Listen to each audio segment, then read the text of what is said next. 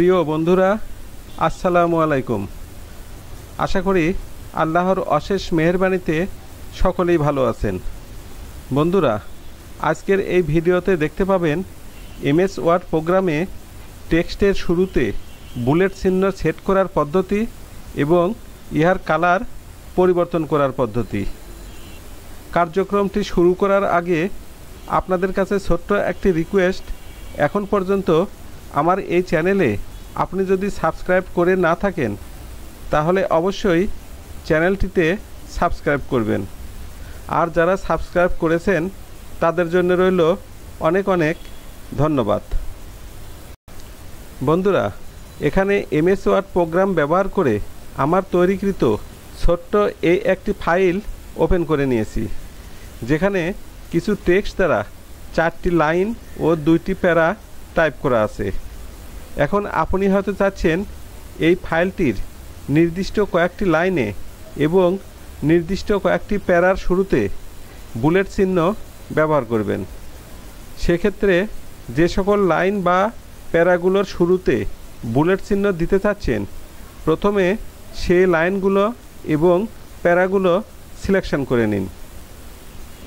আমি এখানে এই 2টি লাইন ও একটি প্যারা সিলেকশন করে নিলাম। টেক্সটগুলো সিলেকশন করার পর উপরের এই মেনুগুলোর মধ্যে থেকে এই হোম নির্বাচন করে আগত এই টুলবারগুলোর মধ্যে থেকে এই টুলবারটির উপর কার্সারটি নিয়ে দেখুন বুলেটস লেখা দেখা যাচ্ছে। এবার এই বুলেটস লেখা টুলবারের এই ড্রপ ডাউনে একটি ক্লিক করুন। এবার লক্ষ্য করে দেখুন এখানে বেশ কয়েকটি ফরম্যাটের বুলেট চিহ্ন দেখা যাচ্ছে। এবার এই বুলেটগুলোর মধ্যে থেকে আপনার পছন্দের ফরম্যাটটি নির্বাচন করতে হবে। আমি এখানে এই ভরাটকৃত বৃত্তাকার বুলেট চিহ্নটি নির্বাচন করে দিলাম। এবার দেখুন সিলেকশনকৃত লাইন এবং প্যারার শুরুতে উক্ত ফরম্যাটের বুলেট চিহ্নটি শো করছে। বন্ধুরা, এতক্ষণ দেখানো হলো বুলেট চিহ্ন সেট করার পদ্ধতি। এবার দেখাবো বুলেট চিহ্নের কালার পরিবর্তন করার পদ্ধতি। আর এই জন্য যে সকল প্যারা বা লাইনের বুলেট কালার পরিবর্তন করতে চাচ্ছেন, সেই প্যারা বা লাইনগুলো সিলেকশন করার পর উপরের এই মেনুগুলোর মধ্যে থেকে এই হোম নির্বাচন করুন। এবার আগত টুলবারগুলোর মধ্যে থেকে এই বুলেটস টুলবারের এই ড্রপ ডাউনের উপর একটি ক্লিক করুন।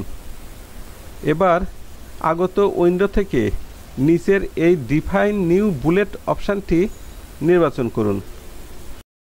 এবার আগত এই উইন্ডো থেকে এই ফন্ট ট্যাব নির্বাচন করার পর এই ফন্ট কালার ড্রপ ডাউনে ক্লিক করে আগত এই কালারগুলোর মধ্যে থেকে আপনার পছন্দের কালারটি নির্বাচন করে এই ওকে বাটনে ক্লিক করুন এবং এই উইন্ডোর এই ওকে বাটনেও একটি ক্লিক করুন।